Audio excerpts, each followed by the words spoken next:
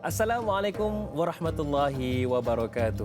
Alhamdulillah, selawat dan salam ke atas junjungan besar kita Nabi Muhammad sallallahu alaihi wasallam, dan mari sama-sama kita lafazkan alhamdulillah, segala puji bagi Allah atas segala nikmat yang telah dikurniakan kepada kita. Banyak nikmat kalau nak disebutkan tu tak terhitung oleh kita.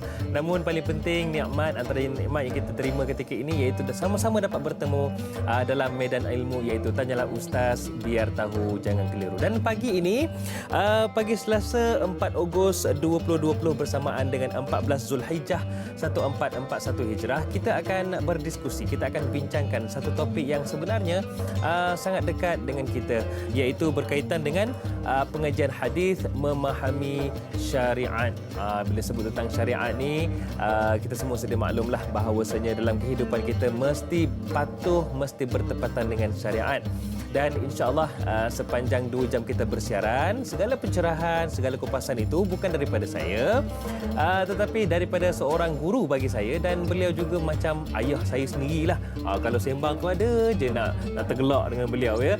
Jadi kita sangat beruntung pada pagi ini kita bersama dengan yang berbahagia Ustaz Amran Yusof. Assalamualaikum Ustaz. Assalamualaikum warahmatullahi wabarakatuh. Sihat kita Ustaz? Sihat, alhamdulillah. Baik, soalan yang selalu saya nak tanya ni kan, raya di mana Ustaz? Oh, raya di Bukit Beruntung. Memberi untung. Tak boleh pergi jauh-jauh sebab jam. Situ je Ustaz, ya. Tapi tak apalah, yang penting kita dapatlah raikan Ustaz dalam keadaan walaupun sederhana, ya Ustaz, ya, insya-Allah. Baiklah, kepada anda semua, topik memahami syariat kita, kita alu-alukan soalan daripada anda semua. Kalau ada soalan nak diajukan, caranya macam mana dak yang hatari?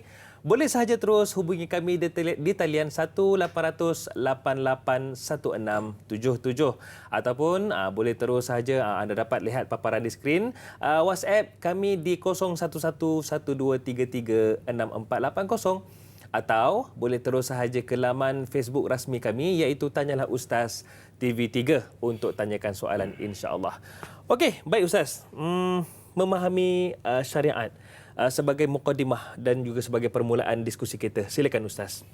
Baik, a'udzubillahi minasyaitonirrajim. Bismillahirrahmanirrahim. Assalamualaikum warahmatullahi wabarakatuh. Waalaikumsalam warahmatullahi wabarakatuh. Innal hamdalillah nahmaduhu wa nasta'inuhu wa nastaghfiruh wa na'udzu billahi min shururi anfusina wa min sayyiati a'malina.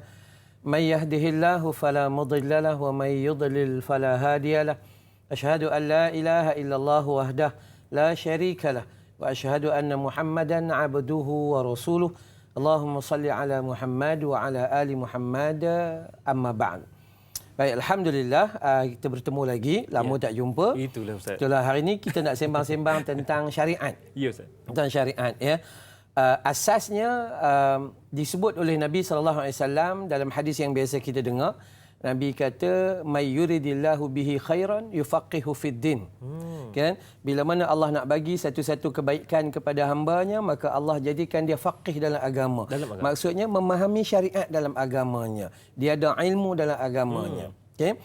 So pada permulaan ini kita nak faham apa itu syariat sebenarnya itu kan. Kalau kita merujuk kepada beberapa kitab, para ulama-ulama menjelaskan dengan begitu clear lah pada kita. Ya, begitu clear, bersandarkan daripada surah Al-Baqarah ayat 187, Al-Baqarah 229, menceritakan rupa-rupanya syariat ni adalah aturan Allah Subhanahu Wa Taala. Aturan yang Allah sendiri sediakan untuk hamba-Nya. Baik. Ataupun kaedah ataupun cara hidup yang memang Allah yang Maha Pencipta kepada hamba-Nya ini, dia yang cipta. Maka sebaik-baik pencipta dialah. Okay. So syariat ini adalah satu aturan kehidupan untuk mengatur seluruh sendi kehidupan manusia, yakni yang diatur oleh Allah, yang disampaikan melalui lisan Nabi sallallahu alaihi wasallam. Sama ada penceritaan aturan itu dari sudut akidahnya, kemudian dari sudut hukumnya, dari sudut akhlaknya, dia pergi kepada muamalah, munakahah dan sebagainya lah. So apa sahaja bermula daripada manusia itu dilahirkan, ada aturannya, sampailah manusia itu pejam mata, mati, ada aturannya. daripada bumi ini Allah cipta sampailah kepada hari dikiamatkan bumi ini atau dunia ini, maka itu aturannya.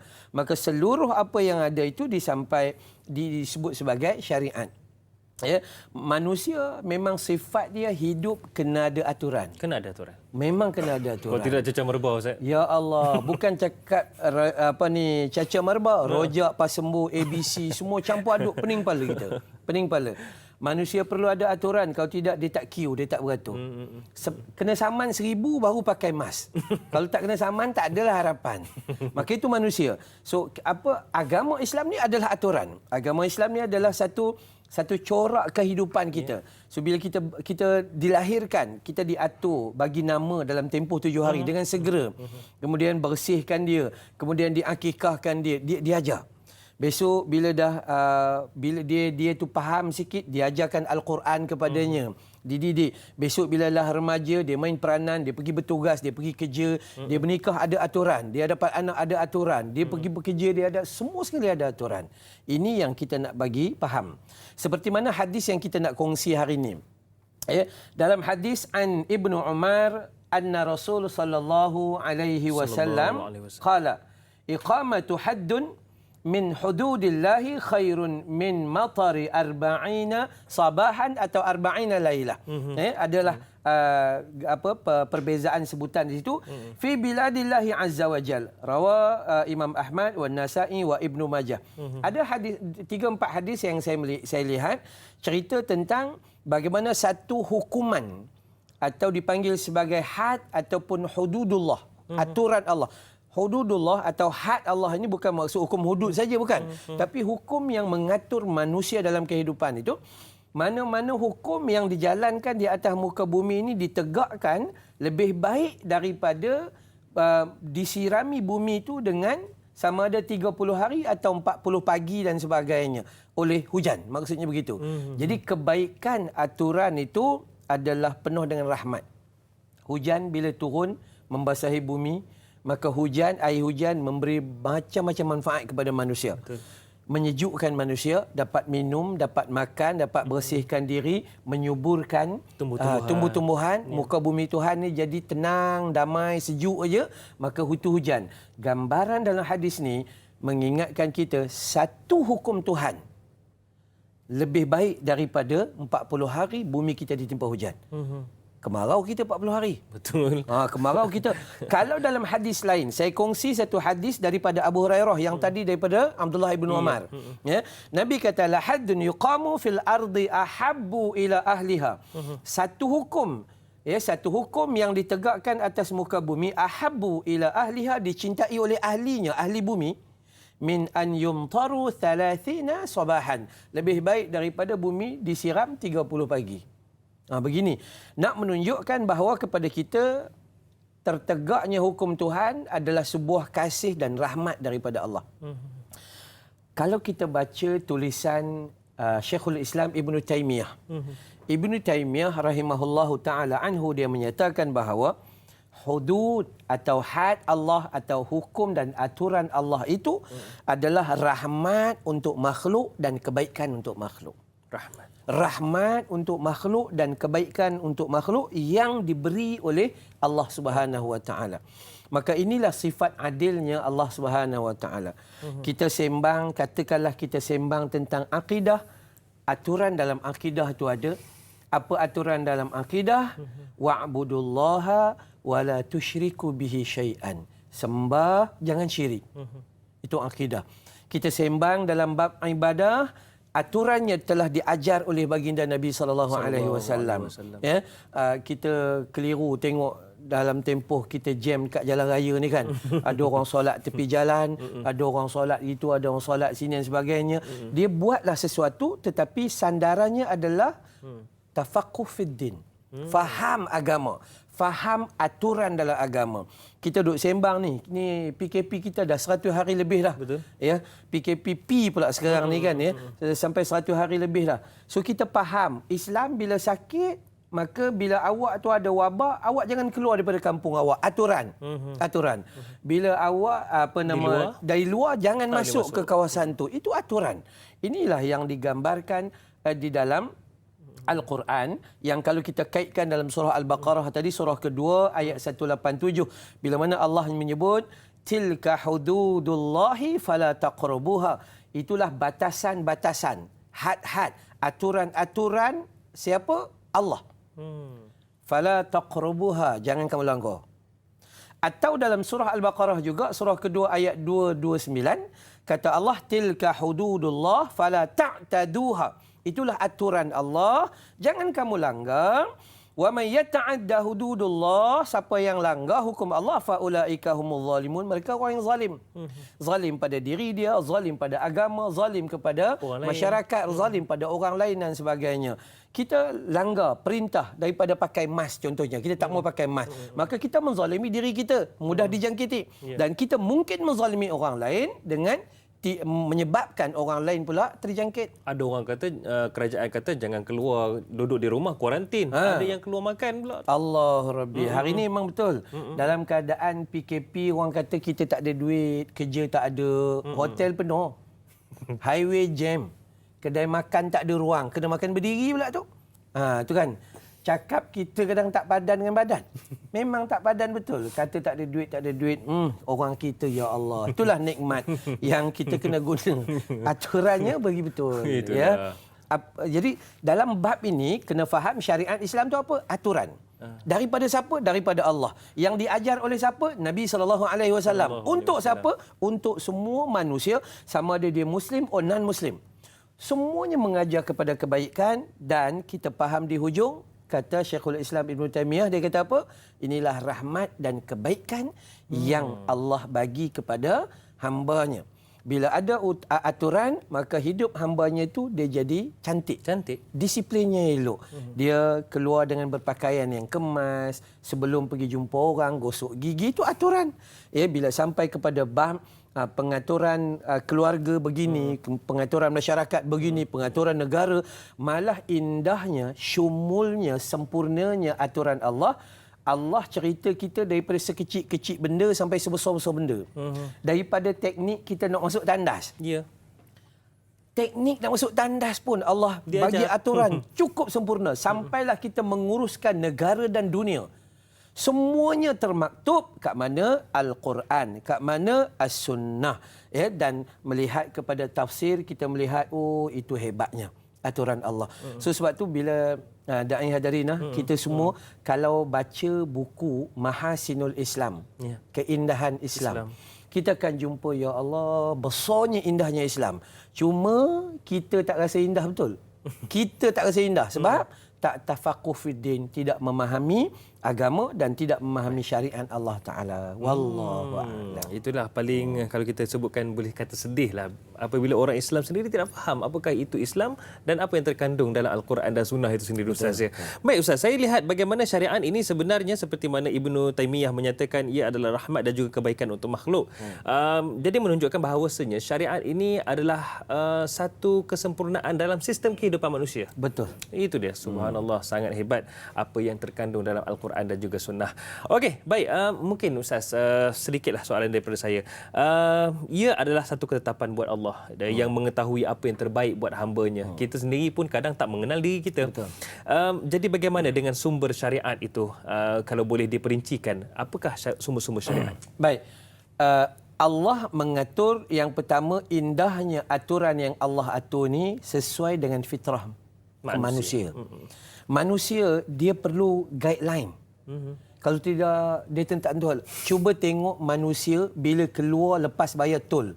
Lepas bayar tol, dia tak ada kon.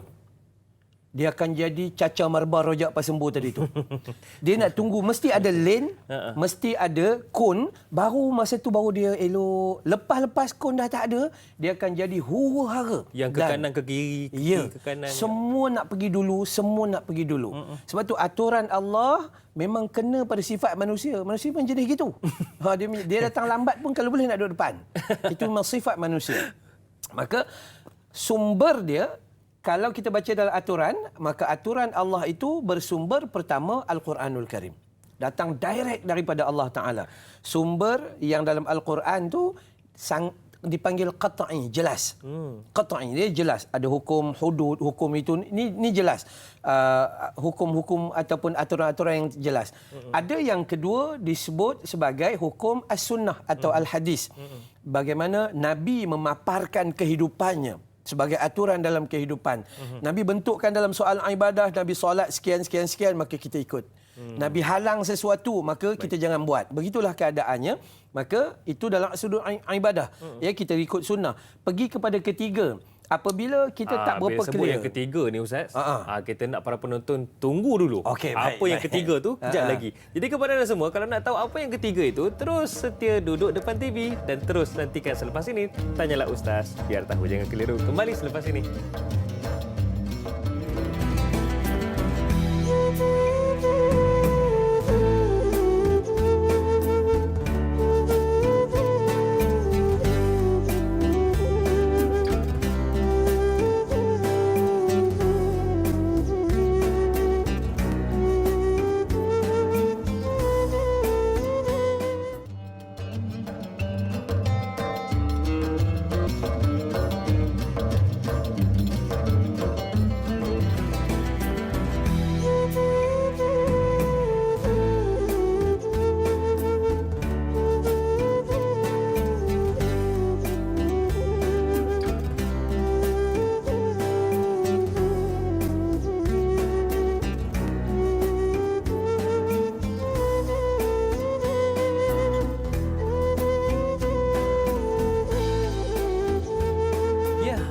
Syariat Islam satu panduan yang sangat lengkap, sangat berguna, sangat sempurna buat kita. Dan para penonton sekalian, setiap hari kita bicarakan topik yang berbeza. Kita bawakan ahli panel yang berbeza, namun tujuannya tetap sama, untuk memberi pencerahan kepada kita semua. Tanyalah Ustaz, biar tahu jangan keliru. Dan hari ini kekeliruan tentang syariat insya-Allah akan dijawab, akan terjawab, iaitu topik kita hari ini, memahami syariat. Baiklah Ustaz, masih lagi bersama dengan Ustaz Amran Yusof. Yang ketiga tadi itu Ustaz. Okey. Kita pun nak tahu juga apa yang ketiga tu. Okey, bismillahirrahmanirrahim. Kita dah sebut tadi hak pertama Al-Quran. Yang memang clear dah. Kemudian kalau dalam Quran, selepas itu kita pergi kepada sunnah. Ataupun hadis Nabi sallallahu alaihi wasallam. Kemudian yang ketiga kita pergi kepada ijma' ulama. Baik. Ijma' ulama menafsirkan Al-Quran ni mengikut cara kemampuan mereka, menafsirkan As-Sunnah mengikut kemampuan mereka. So ijma' ulama. Selepas ini tiga yang paling utama. Tapi ada juga disebut dalam perbahasan, mungkin pergi kepada qiyas. Kepada qiyas. Ambil satu hukum, qiyaskan kejadian baru dengan hukum yang sedia ada dalam Quran. Itu boleh. Kemudian pergi kepada yang kelima, yang ada juga disebut sebagai ijtihad. Mesti ada 5 dalam ni. Sumber-sumber ini yang paling utama adalah 3 yang di atas. 3 yang di atas, Al-Quran, As-Sunnah dan Ijma' ulama. Kenapa kita kena pakai ulama? Disebabkan kita ni orang awam yang tak mampu untuk memahami hadis dan Quran. Maka ulama tolong bagi faham kepada kita tentang Al-Quran dan Al-Hadis. Atau apa-apa sahajalah yang kita tak operati, ulama lah, macam kita belajar mazhab, 4 mazhab daripada Hanafi, Maliki, Syafi'i, Hanbali. Bila kita baca kitab dia, maka dia telah cantik susun bagi kita. Dah disusun. Kita tu pun tak nak belajar. Itu yang tak nak tu. Tu pun tak nak baca. Kitab ditulis ni sampai puluhan tahun dia tulis. Kan ada sebagai ulama terpaksa masuk penjara kerana menulis tu dan menghabiskan tulisannya dalam penjara. Tu pun kita, ya Allah, tak nak juga. Bukan rasa terpenjara pula bila belajar. Allah Rabbi. Maka sebab tu syariat Islam ini sumber dia. So apabila kita mengikut syariat, secara automatik kita akan ikut ketaatan kepada Allah. Apabila kita mengikut syariat, maka secara automatik kita akan mencintai dan meneladani sunnah baginda Nabi sallallahu alaihi wasallam. Inilah keuntungan kita. Baik, bila sebut tentang syariat ini juga, sebenarnya ada kaitan juga dengan iman, Ustaz ya. Betul. Soalan berkaitan dengan iman ni cantik daripada Nur Dahlia Biru di Facebook ni Ustaz. Katanya, Assalamualaikum Ustaz, Da'i dan semua kru yang bertugas. Waalaikumsalam. Beliau ada 2 soalan. Yang pertama ni kaitan dengan iman ni. Apakah kesan negatif dalam kehidupan seseorang itu jika berpaling dari syariat Islam dan terlalu mengikut adat serta budaya barat? Adakah akan mempengaruhi imannya sebagai seorang Muslim?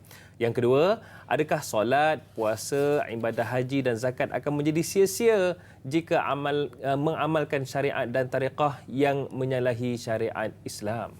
Okey, baik.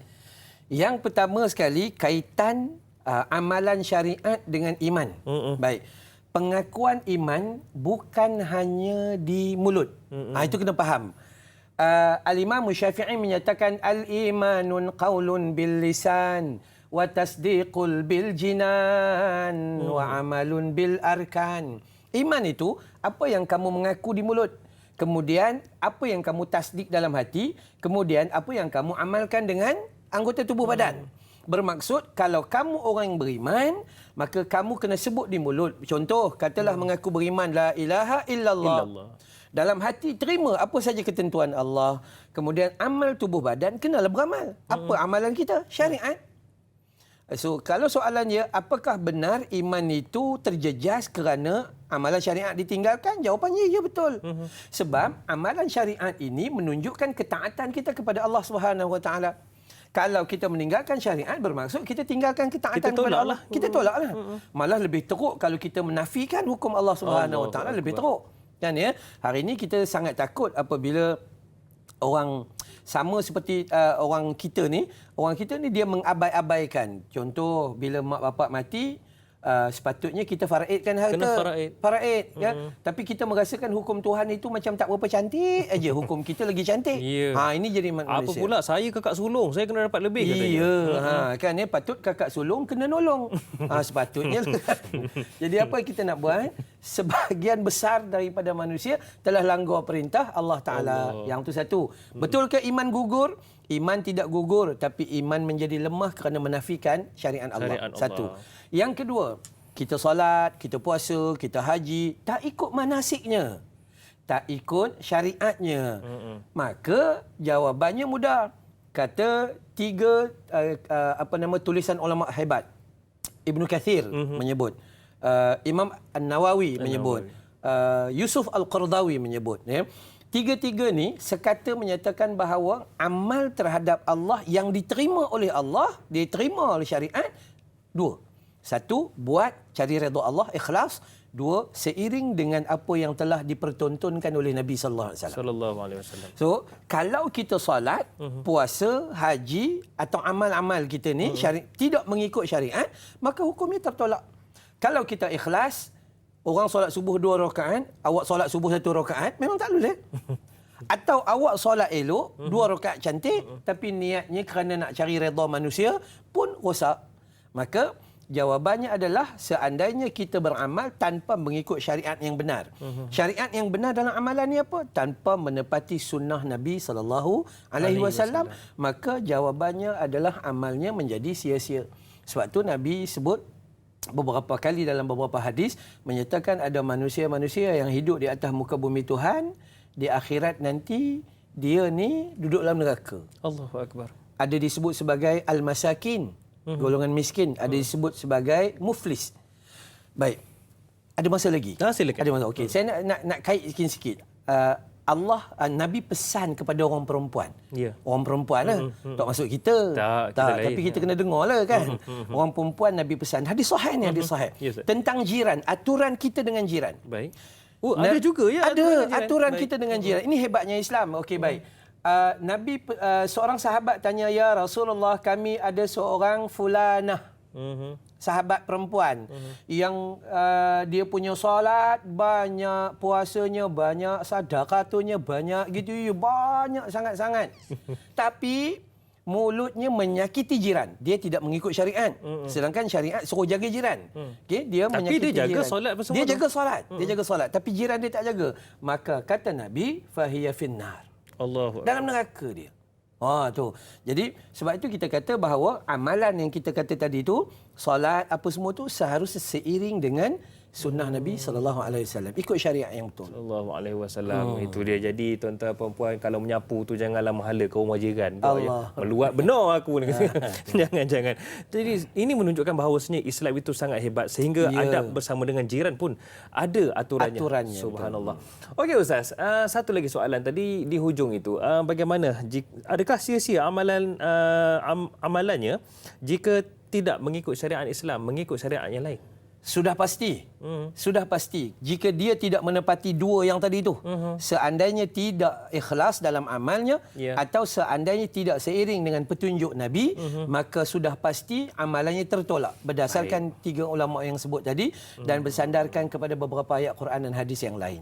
Wallahu a'lam. Okey. Baik, Ali pula di Facebook ada satu soalan yang beliau nyatakan ini. Saya rasa bagus juga untuk kita ketengahkan soalan ini. Kata Ali di Facebook, katanya, Assalamualaikum Ustaz dan Da'i. Waalaikumsalam. Setiap Rasul dibangkitkan dengan membawa syariat masing-masing mengikut zaman dan umatnya lah. Syariat yang dibawa oleh Nabi Muhammad SAW dianggap paling lengkap untuk diikuti sehingga kiamat. Bolehkah kita mengikuti syariat Nabi-Nabi lain jika masih sesuai di zaman ini? Nak ikut Nabi Musa lah katanya. Macam mana Ustaz? Cerita dia mudah. Nabi Muhammad pun kau tak ikut. Kan? Cerita dia mudah. Nabi Muhammad pun kau tak ikut pun, nak ikut Nabi lain. Ada soalan tanya pada saya. Bagus ni, soalan dia ni bagus. Ada kaitan. Ada orang tanya, Ustaz, kitab Taurat dekat mana? Saya kata tak payah carilah. Quran kat rumah pun awak tak baca. Tak payah cari yang tu. Asasnya adalah hebatnya manusia ni bila dia guna apa yang dia ada. Sebab tu bila kata boleh ke tidak menggunakan syariat nabi-nabi terdahulu, maka jawapannya tak boleh. Kenapa? Sebab syariat nabi-nabi terdahulu diturunkan kepada kaum-kaum mereka. Sesuai untuk kaumnya. Sesuai pada waktu tu dan kaum mereka, dan kemudian kaum tu dinasahkan, dia dihapuskan. Kemudian datang balik kaum lain. Sehinggalah kepada kesempurnaan wahyu Allah turun, syariat Allah turun kepada baginda Nabi sallallahu alaihi wasallam, dan yang ini jelas untuk semua manusia. Bukan satu kaum, untuk semua manusia, dan digunakan sehingga hari kiamat. Jadi jawabannya hendaklah kita menggunakan syariat yang berdasarkan kitab yang terakhir, yakni Al-Quranul Karim. Tak payahlah susah-susah pergi cari Taurat. Itu saja. Nak bagi jelas, menghayati apa yang kita ada, menghargai apa yang kita ada, itu lebih utama, dan itulah perintah. Sehingga orang Yahudi ketika Nabi berpindah daripada Mekah ke Madinah, maka orang Yahudi diperintah oleh Nabi sallallahu alaihi wasallam untuk menggunakan Al-Quranul Karim. Tak boleh guna dah lama-lama, terus beriman kepada Al-Quranul Karim. Ini kan pula kita nak pergi ke atas pula. Memang tak kena lah. Tak kena lah Ustaz. Baik Ustaz, dalam peristiwa haji yang terakhir, ini soalan yang mungkin mewakili para penonton lah, kita nak tahu. Dalam peristiwa haji yang terakhir, Rasulullah SAW sempat berpesan kepada umat Islam, umatnya ketika itu, sahabat-sahabatnya ketika itu, bagaimana baginda meninggalkan wasiat yang sangat penting, iaitu Al-Quran dan Sunnah. Kalau kita berpegang teguh dengannya, maka kita tidak akan sesat selama-lamanya. Itulah Al-Quran dan Sunnahku, kata Nabi SAW. Soalannya, bagaimana kita nak semarakkan dalam kehidupan kita Al-Quran dan Sunnah itu, bukan sekadar Al-Quran itu dalam rak dan Sunnah itu sekadar dalam kitab. Silakan Ustaz. Baik. Pesanan besar. Waktu tu khutbah terakhir. Khutbah terakhir, Nabi SAW pesan bahawa berpegang kepada dua, kitabullah wa sunnati, Al-Quran dan Sunnahku, maka dia akan selamat. Maksud selamat dunia, akhirat dia akan selamat. So macam mana kita nak bawa ni? Sebab Al-Quran dan Sunnah itu syariat. Seandainya kita meninggalkan Al-Quran dan As-Sunnah, berarti kita meninggalkan syariat. So kalau kita berpegang kepada keduanya, maksud kita berpegang kepada syariat. So bagaimana kita nak jadikan diri kita ini berpegang kepada syariat daripada Al-Quranul Karim dengan Sunnah Nabi sallallahu alaihi wasallam? Jawabannya macam itulah. Al-Quran bukan hanya berpegang kepada bukunya, bukan dibaca semata-mata, bukan dibaca dan dibiarkan gitu, tapi difahami. Sebab tu Al-Quran, kalau kita tengok ada tulisan ulama kata yang pertama belajar membaca Quran, belajar membaca Al-Quran. Kalau selepas dah baca, lepas tu belajar memahami Al-Quran. Sebab tu bila ayat yang pertama turun apa? Iqra Betul. Baca. Suruh baca. Bukan suruh baca gitu, bukan. Baca dan faham. Kita baca sampai ketua pencen tak faham. Itu ruginya kita. Baca, kemudian faham. Lepas faham, kemudian amal. Lepas amal, kemudian hafaz. Baik. Umur 70. Ayat surah lazim pun tak hafal-hafal. Waduh. Kan? Jadi kena hafal. Paling kurang yang itu PKP bini baru tahu. Laki tak apa rupanya. Masih PKP tu kan. Jadi imam saya. Jadi imam. Solat tarawih tu kan. Jadi yang hujung yang keenam apa? Dakwah ajar. So dia ada belajar, kemudian faham, kemudian amal. Kemudian seterusnya lepas amal baru hafaz. Lepas hafaz kemudian sebarkan. Mesti ada 5 hak. Baru Al-Quran jadi akrab dengan kita. Kita tak nak Al-Quran digunakan untuk perniagaan, tak mau. Hari ni kita takut. Belayam. Ni belayam ni. Kita tanya ayam ni berapa sekilo? RM22 sekilo. Waduh, mahal. Ayam di pasar RM7. Dia kata ini ayam sunnah. Waduh, ayamnya sunnah. Kenapa? Rupa-rupanya dia pelihara ayam, diperdengarkan dengan 30 juzuk Quran. Sehingga ayam tu membesar. Saya kata Al-Quran diturunkan bukan untuk ayam. Harus faham. Allah kata dalam Quran, Syahrul Ramadan alladhi unzila fihi al-Quran hudan linnas, menjadi petunjuk kepada manusia. Okay? Ini akibat daripada dia ambil Al-Quran, dia letak pada ayam, harga ayam naik. Ini yang jadi tak betul. Itu satu Quran. Kan? Biasa jadi tak? Biasa. Kan? Biasa. Orang buat air. Jampi. Allah. Air yang harga RM1.50 naik RM15. Waduh. Yang dijual air ke bacaan. Itu memperdagangkan agama. Ya. Menggunakan agama, yes, bagus. Hidup kita aturan. Menggunakan agama. Tapi mempergunakan agama ini tidak bagus. Ya. Menyalahi. Baik. Kemudian hadis Nabi. So, orang ni yang sayang, orang yang pegang Quran, dia akan pegang fattabi'uni yuhibbukumullah. Orang yang ikut Nabi, dia akan dapat kasih sayang Allah. So, ini pemeliharaan yang kita jaga. Aturan dia yang pertama kena pegang 5 perkara. Sunnah Nabi macam mana? Baik. Tanda kita cinta kepada Nabi. Okay? Sallallahu alaihi wasallam.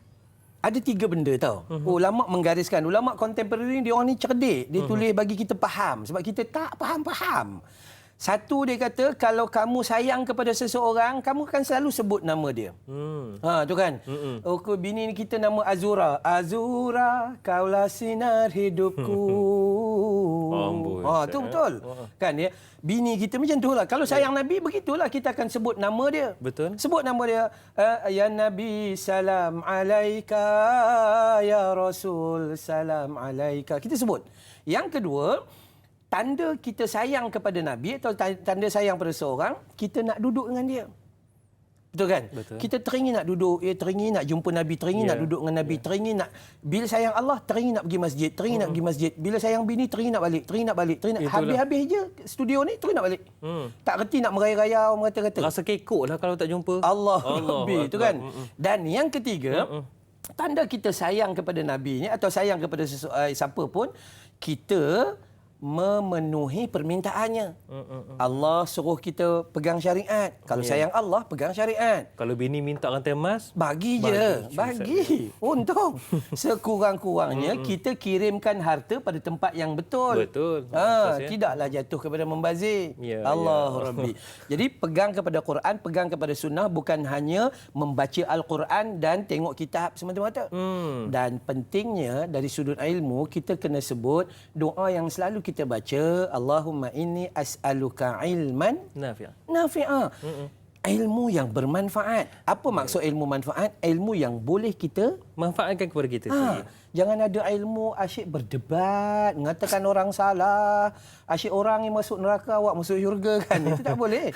So harus kita pegang dengan Subhanallah, ada manfaat dalam hidup kita. Jadi Ustaz, setuju atau tidak tinggalan Nabi yang Nabi pesankan itu, iaitu Al-Quran dan Sunnah itu sebenarnya bukanlah sekadar kalau kamu nak ikut, ikutlah, tak ikut pun tak apa. Tidak. Tetapi ialah wajib. Betul.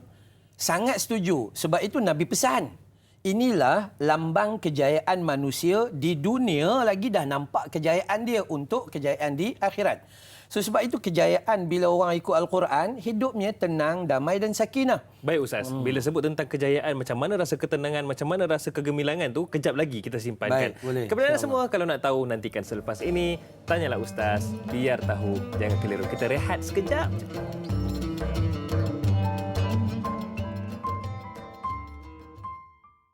اللهم إنا نعوذ بك من البرص والجنون والجذام ومن سيء الأسقام. Ya Allah, sesungguhnya kami berlindung denganmu daripada penyakit gila, kusta, sopak dan semarang penyakit yang membahayakan. Birahmatika ya arhamar rahimin.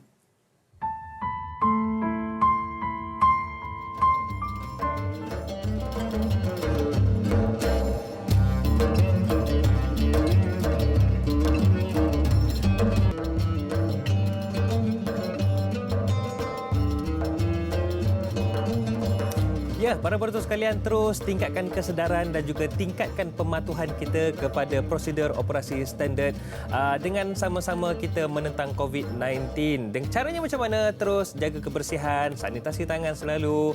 Kalau ke tempat awam, jangan lupa untuk memakai pelitup muka. Sayangilah diri sendiri dan juga orang lain. InsyaAllah. Dan sama-sama kita akan menang dalam melawan COVID-19 ini. InsyaAllah. Amin. Rabbal Alamin. Baiklah, hari ini kita masih lagi membincangkan memahami syariat bersama dengan yang berbahagia Ustaz Amran Yusof. Baik, sebelum Ustaz nak sambung Ustaz, saya nak nyatakan kepada para penonton caranya macam mana untuk tanyakan soalan ni. Hubungi kami di talian 1-800-88-1677 ataupun boleh terus sahaja WhatsApp kami di talian 0111233480. Terus simpan nombor tu ya, bila-bila masa boleh tanya. Okey, kemudian anda juga boleh terus ke page ataupun laman Facebook rasmi kami, iaitu Tanyalah Ustaz TV3. Kami menanti soalan anda di sini, insya-Allah. Baiklah Ustaz, Islam sangat indah. Kalau kata berpegang teguh yang merupakan satu kewajipan kepada kita, akan cemerlang dan berjaya. Betul. Macam mana berjaya tu Ustaz? Kita ambil paling simple punya penceritaan. Kita dengar azan, hayya 'alas salah, hayya 'alal falah. Kejayaan. Orang yang memegang aturan syariat, yang mendahului Allah, mendahului Rasul lebih daripada diri dia dan seluruh kehidupan dia, maka kejayaan akan datang. Betul. Sebab tu dimulakan dengan hayya 'alas salah dulu. Ya, kemudian akan datanglah kejayaan. Apa maksud kejayaan di sana? Bila kita tetap dengan mendahului Allah, kita dengan salah, kita dengan aturan Allah, maka kejayaan dia adalah pertama kita dapat rahmat daripada Allah Subhanahu Wa Taala. Allah akan mudahkan. Contoh, kadang-kadang Allah bagi rezeki di sini, kadang-kadang Allah bagi rezeki kat Cyberjaya. Tukar pindah sana, pindah sini. Begitulah keadaannya. Macam kena je orang tu. Kan? Jadi maksudnya, sebab tu saya suka nak rujuk dalam surah An-Nahl, surah 16 ayat 89. Silakan. Allah Taala kata dalam Al-Quran, a'udzubillahi minasyaitonirrajim, sebahagian daripada ayat tu, wa nazzalna 'alaikal kitaba tibyanan likulli syai' wa hudan wa rahmah wa busyra lil muslimin. Sebahagian ayat tu menyatakan Allah kata kami turunkan Al-Quran, yakni syariat kita, menjelaskan setiap sesuatu. Masya-Allah. Don't worry. Semua ada dekat dalam sana dan menjadi wahudan, petunjuk. So kita ada petunjuk. Jangan risau, kita ada lampu yang sangat terang. Cuma kita dimkan dia. Kan? Itu yang malapkan. Itu yang malapkan tu. Kemudian warahmah, itu cantik. Al-Quran atau syariat bukan hanya sebagai petunjuk, bukan hanya sebagai rahmah, wa busyra lil muslimin, khabar gembira buat orang muslim. So itu lambang kejayaan. Bila kita tengok 3 kalimah, 1 petunjuk, 2 rahmat, 3 kegembiraan. Semuanya mencapai kejayaan dan kegemilangan. Wallahu a'lam. Saya terpandang dan saya teringat kepada apa yang kita lalui dalam bulan Ramadan. Kita patuh kepada syariat, iaitu berpuasa daripada pagi sehingga ke maghrib. Kemudian busyra ada di situ, iaitu kegembiraan ketika berbuka. Allahu Akbar. Seronoknya time tu. Subhanallah, itu dia. Memang tepatlah Ustaz ya, apa yang Ustaz nyatakan tu. Satu soalan daripada Mazni Hassan Ustaz di Facebook kita. Dan yang lain-lain sedang menonton, sila tanyakan soalan insya-Allah. Mazni Hassan katanya, Assalamualaikum warahmatullahi wabarakatuh Ustaz, Da'i serta kru yang berterlibat. Waalaikumsalam.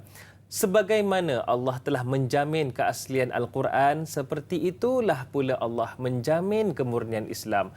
Tetapi, ada tetapi tu, mengapa adanya percanggahan dan pecah belah dalam menyelesaikan sesuatu masalah padahal dalilnya sama dari Al-Quran dan Al-Hadis? Apakah tidak ada satu kaedah yang tepat dan benar dalam memahami dan mengamalkan syariat Islam ini? Itulah Ustaz. Kadang tu kami ni pening lah. Apa ustaz-ustaz pula yang bergaduh-gaduh? Silakan. Okey, baik. Sangat mudah memahaminya. Al-Quran dan As-Sunnah itu qata'i, jelas. Sangat jelas. Kenapa kita berpecah belah? Poin pertama adalah kita tidak memegang Al-Quran dan As-Sunnah. Simple. Al-Quran kata begini, awak buat begitu. Hadis kata begini, awak buat beginun. Beginun ya? Jauh perginya. Maka itu yang jadi perpecahan. So hari ini kita bincang katalah masalah furuk lah, masalah apa kita panggil fiqh. Masalah fiqh ni kan kita dapati bahawa sini ada pecanggahan. Sebenarnya mudah aja. Pecanggahan berlaku apabila kita menafikan keterangan daripada hadis. Patutnya dalam hadis tu dah cerita begitu clear, yang awak kenapa tak ambil yang itu? Akhirnya orang ni keluarkan pendapat dia, orang ni keluarkan pendapat dia, orang ni keluar. Tapi hadis Nabi tertinggal. Itu poin pertama. Kenapa berlaku perpecahan dan perbahasan yang besar, pecanggahan dan sebagainya? Disebabkan manusia tidak berpegang direct kepada Al-Quran dengan As-Sunnah. Itu satu. Yang kedua, inilah yang kita sebut antara syariat dengan fiqh. Perbahasan dia. Okay?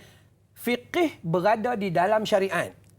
Okay? Syariat ni aturan Allah yang ada dalam Quran, yang ada dalam hadis Nabi SAW yang kita kena kata qalu sami'na wa ata'na.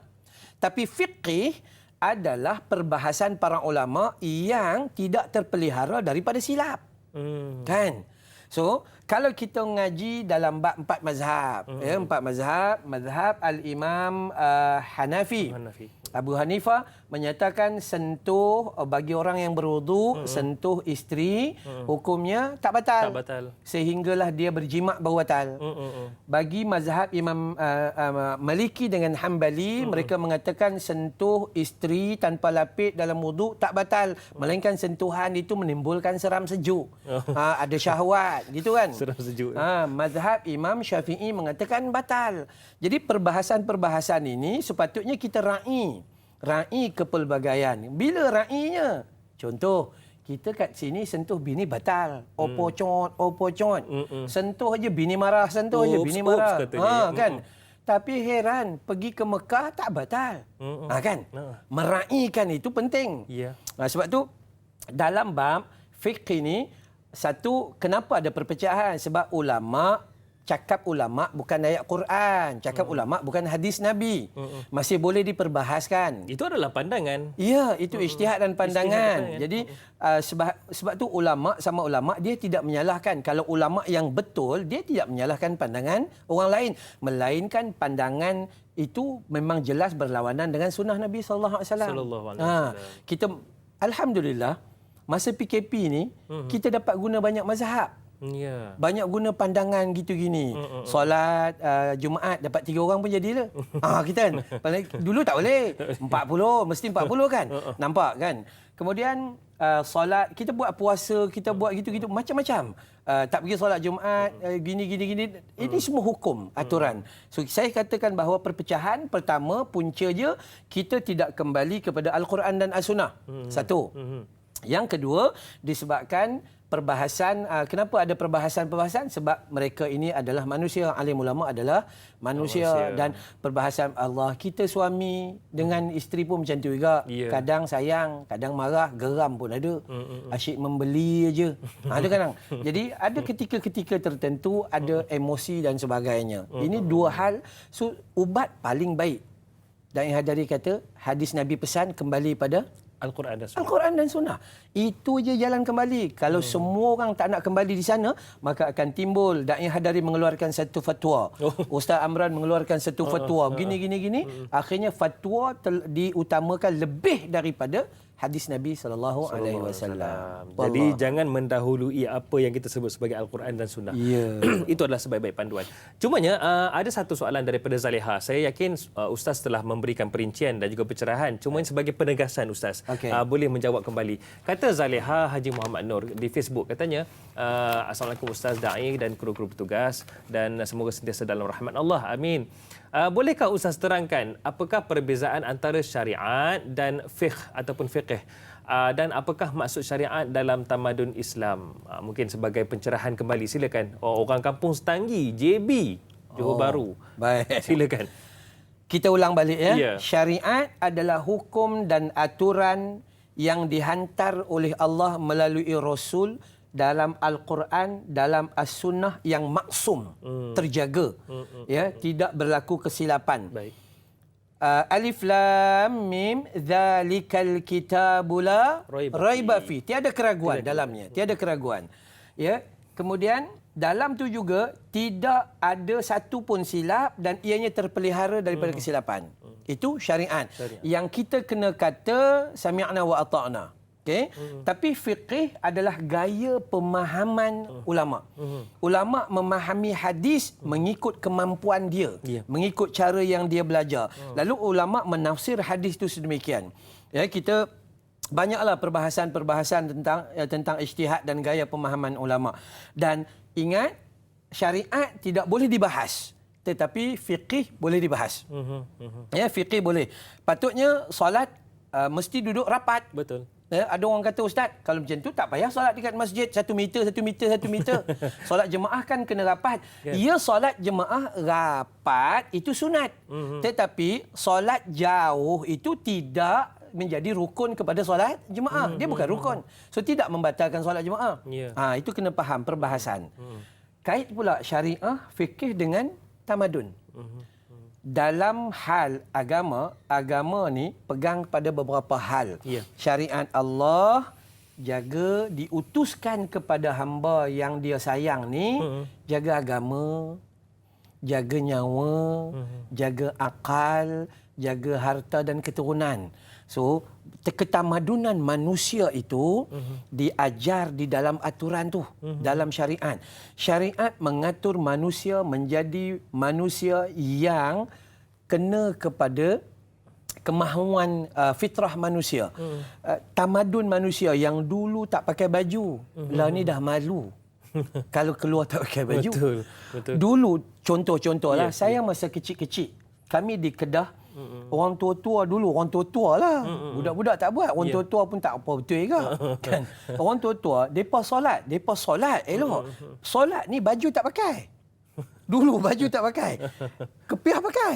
Pakai kepiah, dia gulung, naik sampai ke atas ni baju tak pakai. Allahu Akbar. Nampak macam muka tak malu lah. Nampak macam muka tak malu. Tapi ketamadunan manusia, Sampailah alhamdulillah orang belajar daripada syariat, maka bila kita nak solat, bila nak pergi masjid, hendaklah pakai pakaian yang cantik dan kemas. Ni, sama juga bila berbincang dalam agama dan syariat bukan hanya berbincang pasal laki bini. Agama bukan hanya berbincang pasal biasa-biasa. Dia bincang pasal halalan tayyiban. Dia bincang pasal ni haramnya riba. Dia bincang pasal negara, bagaimana mengendalikan negara, bagaimana pemimpin dengan rakyatnya dengan pemimpinnya dan sebagainya. Ini asas dia. So ketamadunan manusia haruslah ada sandaran daripada syariah. Baik. Kalaulah dia bangun tamadunnya tinggi, maka syariah tak ada, maka akan jadi caca marbah. Dia tak akan jadi elok. Aturan suruh kita dengar. Syariat suruh kita dengar apa kata orang yang expert. Amerika kurang dengar. 4 juta orang kena. Ya. Kan ya? Tidak patuh. Ya? Tidak patuh. 100,000 bila orang terlalu cerdik tetapi tidak bersandarkan syariat. Kita cerdik juga tak berapa. Tapi ada syariat yang menjaga kita. Kan bahasa kita tadi, petunjuk, rahmat dan kejayaan. Subhanallah. Yang tu kita kena pegang. Subhanallah. Itu Wallahu dia Ustaz yang bagaimana sebenarnya di situ nampak perbezaan. Apabila kita berpegang pada syariat, ada kesan positif pada betul. kita. Subhanallah. Okey Ustaz, tadi Ustaz ada sebut tentang keraguan. Penyakit orang kita lah, bukan semua, tidak ada yang wujud macam ni Ustaz. Bila ragu-ragu, bila macam celaru aja ditinggalkan terus. Jadi mungkin sunnah ataupun hadis itu sebenarnya adalah satu perkara yang mencantikkan Al-Quran itu. Bahkan Rasulullah SAW sendiri pun dikenali sebagai akhlaknya itu Al-Quran, khuluquhul Quran. Jadi Ustaz, apa akibat kalau ada wujud golongan yang ragu-ragu atau menolak apa yang terdapat dalam hadis, bahkan sanggup menjadi golongan anti hadis? Silakan Ustaz. Baik. Kita punya kena jaga diri kita tu, asasnya dua lah tadi. Ya. Asasnya dua. Berlawanan dengan Al-Quran, berlawanan dengan hadis, bermaksud kita tu takabur dan sombong dengan Allah Subhanahu Wa Taala. Allah. Apabila kita baca banyak ayat Al-Quran, kita baca banyak hadis Nabi sallallahu alaihi wasallam, Allah cerita macam-macam, Nabi cerita macam-macam bahawa orang yang menegakkan syariat agama ni, orang yang mendahului Allah dan Rasul ni, maka keindahan dia besar. Kita boleh buka dalam surah Taubah, Allah cerita. Kita boleh buka dalam surah Al-Baqarah, banyak penceritaan tentang bagaimana manusia yang berpegang kepada Al-Quran, dia akan dapat ketenangan di dunia dan dapat kebaikan di akhirat. Orang yang langgar syariat. Sebab tu, bila kita baca hukum fiqh, kita akan dapati ulama' menyatakan bahawa orang yang diberi kuasa, penguasa dan pemerintah yang diberi kuasa oleh Allah di atas muka bumi, maka wajib atas dia untuk menegakkan syariat agama. Bukanlah bermaksud ianya hudud, bukan. Tapi syariat lah, syariat. Perbankannya harus patuh syariah. Okey, apa-apa saja dia buat harus patuh syariah. Maka itu akan datangnya rahmat dan kejayaan kepada kita. So barang siapa yang melanggar, pertama sekali hilang keberkatan. Allah. Hilang keberkatan. So kita paling takut barakah lawannya laknat. Kita takut kita hidup dalam keadaan laknatullah, Allah laknat kita, maka kita hidup terabai, lalai dan kita jauh daripada kalimah syahadah tu yang paling penting. Allahuakbar. Saya teringat kepada tuan guru saya pernah sebut, kalau kamu menolak sunnah, jangan lupa satu hari nanti tetap kamu akan ikut sunnah. Bila kami tanya, rupanya katanya bila mati semua pakai putih. Allah. Itu confirm sunnah ya. Baiklah, Ustaz, satu soalan yang cantik dari orang Tawau ni, Iris di Tawau Sabah. Beliau ada soalan di WhatsApp. Katanya, Assalamualaikum Ustaz, da'i serta kru-kru yang bertugas. Kawan saya bekerja di luar negara. Beliau terpaksa tidak memakai hijab.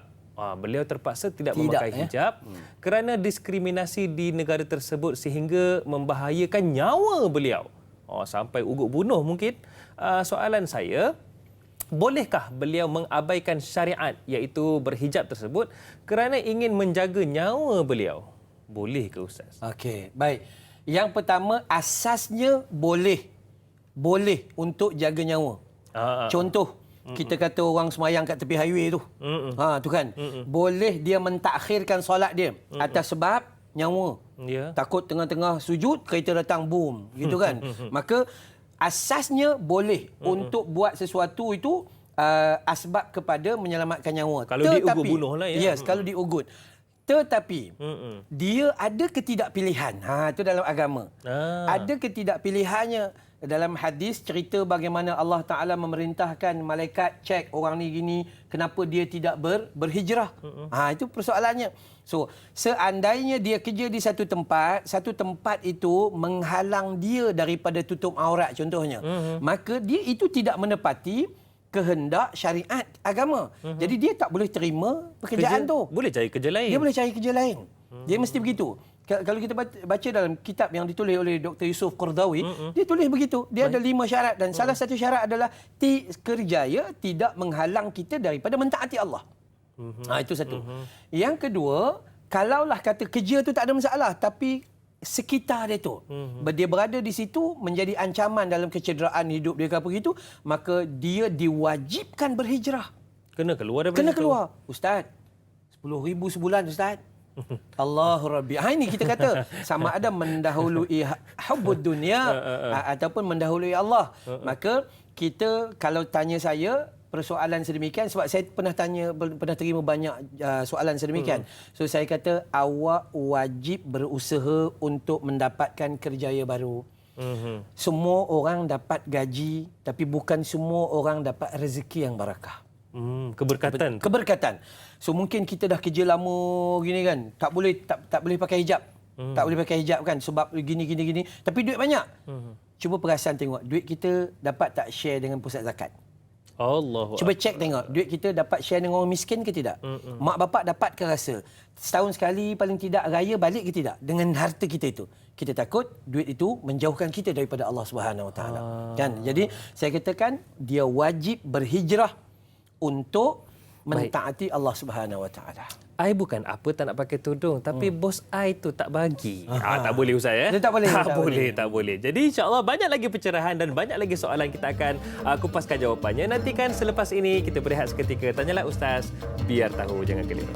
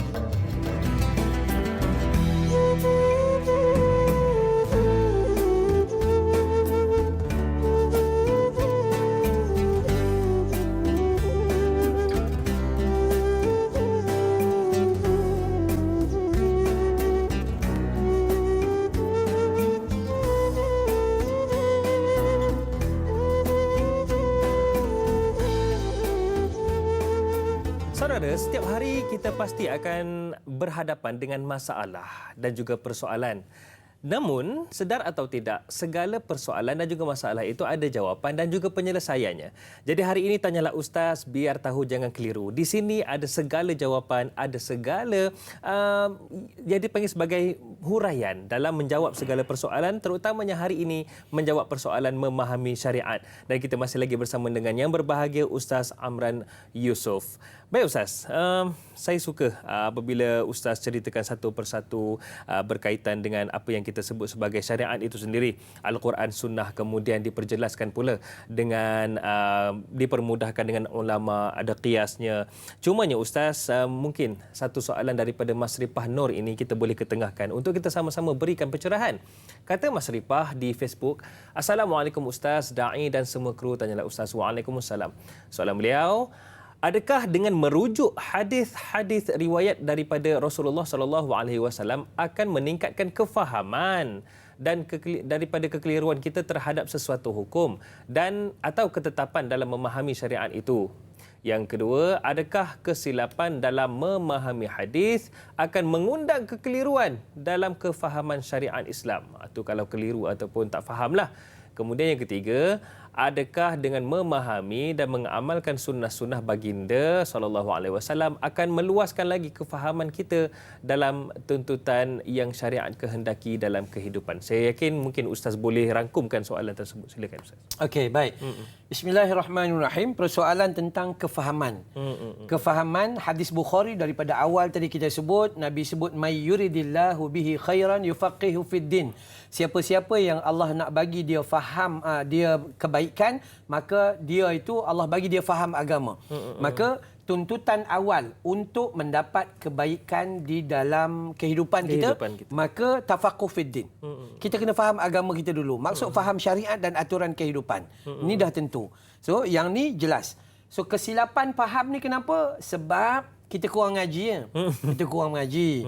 Kita ngaji sikit lepas tu dah berhenti. Bukan tok guru mati, tak ada. Kita berhenti. Maka sepatutnya kita mengajilah sampai bila? Sampai kita mati. Sampai kita mati. Tugas kita terhadap ilmu ni tak pernah berhenti, malah kita akan terus belajar dan belajar. Itu satu saja cara untuk kita faham syariat.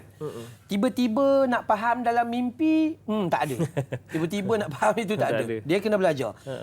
Ada ulama belajar 40 tahun, ada ulama belajar 60 tahun. Belajar sepanjang hidup dia belajar, berguru. Kemudian amalan sunnah. Adakah dengan amal sunnah ni menjadikan kita semakin faham? Ya. Simple. Sebab tu ada anak murid saya di pusat tahfiz saya selalu tanya, Ustaz, macam mana cara nak hafal Al-Quran dengan hafal ilmu, hafal sunnah ni? Saya kata cara menghafalnya adalah beramal dengan dia. Awak nak hafal doa bangun tidur, baca. Kan? Bukan tiba-tiba kita ulang, bukan. Kita jadikan amal dalam hidup kita. Kita ambil wuduk, kita doa, kita baca. Itu amalan sunnah, menjadikan kita lebih faham dan lebih dekat serta menjadikan kita takarrub dengan Allah Subhanahu Wa Taala. Itu jelas. Dan sebab tu bila kita belajar tentang syariat, maka Al-Imam Al-Ghazali, Imam Al-Ghazali menyebut bahawa syarak atau syar'i atau syariat itu dengan tujuan untuk pelihara agama. Pelihara agama kita supaya agama kita ini agama yang murni dijaga rapi. So kita jelas dengan jaga agama. Kemudian pelihara nyawa, jangan ceroboh nyawa orang. Tak boleh. Ya, kita tak boleh gitu gini dan sebagainya. Pelihara akal, jangan berfikir di luar kotak agama dan sebagainya. Pelihara keturunan. Ada pernikahan yang sah, jangan ada zina, jangan ada itu. Kita jaga keturunan kita. Ini mahram kita, ini bukan mahram, ini mahram sementara, ini mahram kekal. Dan jaga harta kita. So kita tak boleh zalim, tak ambil harta kita suka hati.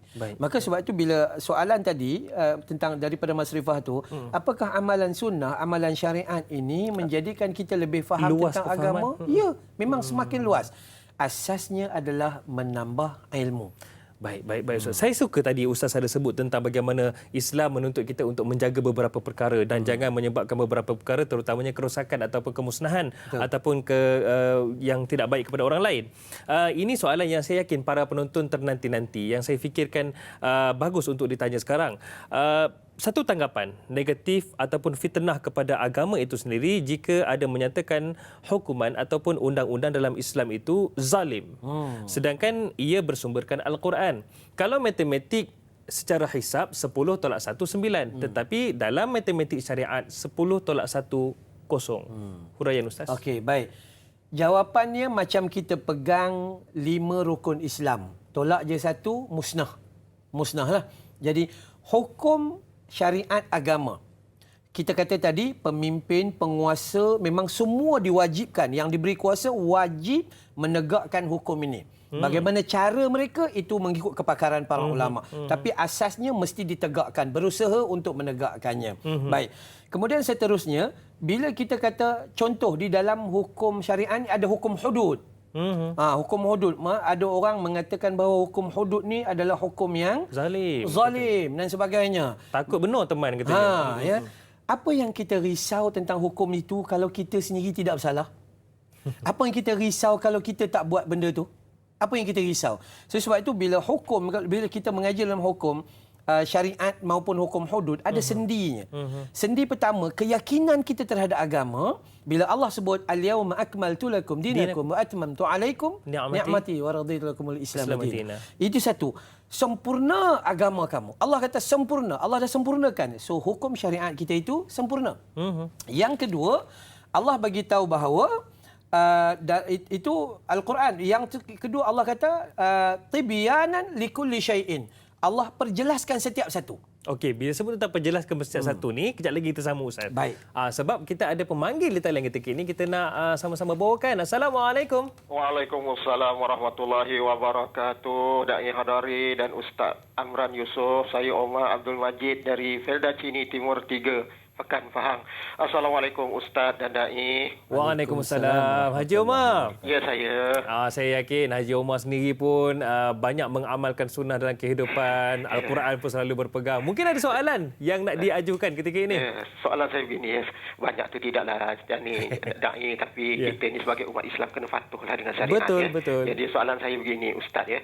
Kadang-kadang di akhir zaman ini, kadang-kadang kita ni mudah sangat membuat keputusan ataupun kita ni mudah sangat bercakap mengenai syariat ini. Contoh saya di zaman kita sekarang ni Ustaz, ni zaman COVID-19 ni, COVID-19 ini, kita ni kadang-kadang ada yang setengah bercakap lah Ustaz ya. Mereka mengatakan kita ni lebih kepada SOP dan tidak kepada syariat. Contohnya dia kata sembahyang solat Jumaat masjid kena tutup, tak boleh berjemaah. Itu syariat yang menentukan, tapi kita mengikut SOP dan kita mementingkan SOP daripada syariat. Soalan saya, adakah boleh dikatakan macam ni, bagaimana Ustaz menjawab tadi mengenai hijab tadi? Adakah dalil atau nas yang mengatakan janganlah kita ni mandai-mandai sangat nak buat? Kita dengar daripada Ustaz pada pagi ini, adakah dibolehkan ataupun syariat menjaga nyawa itu ada penting juga di dalam apa yang Ustaz jelaskan tadi, supaya masyarakat kita tidak terkeliru. Biar tahu, jangan keliru Ustaz pada pagi ini. Dan jangan kita membuat tomahan yang begitu rupa ni Ustaz. Adakah dibenarkan dalam Islam ataupun kita mementingkan SOP ke ataupun kita mengenepikan syariat? Itu soalan saya Ustaz pada pagi ini. Terima kasih banyak Ustaz dan Dai. Assalamualaikum. Waalaikumsalam warahmatullahi wabarakatuh. Soalan daripada Haji Omar ni, memang dahsyat. Nasib baiklah bukan teman yang menjawabnya. Tapi betul Ustaz, ketika mula-mula SOP ataupun pelaksanaan prosedur itu diwujudkan, prosedur operasi standard itu diwujudkan, ramai yang mengeluh, bahkan macam menentang. Kenapa pula kami tak boleh ke masjid? Masjid kan rumah Allah.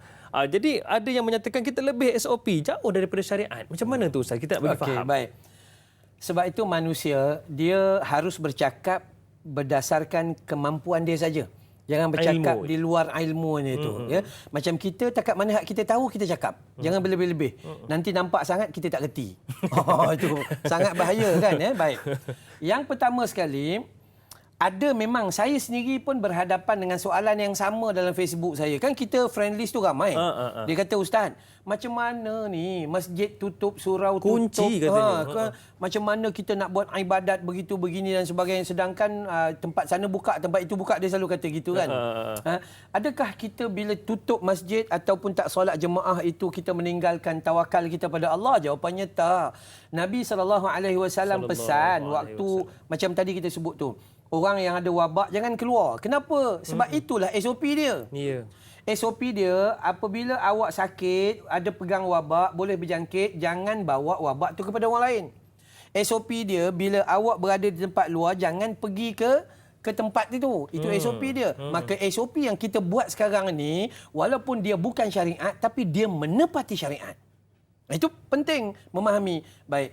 Ada soalan dalam Facebook, netizen, dia kata, Ustaz, macam ni, kita tak yakin ke dengan Tuhan begini, masjid kita tutup dan sebagainya.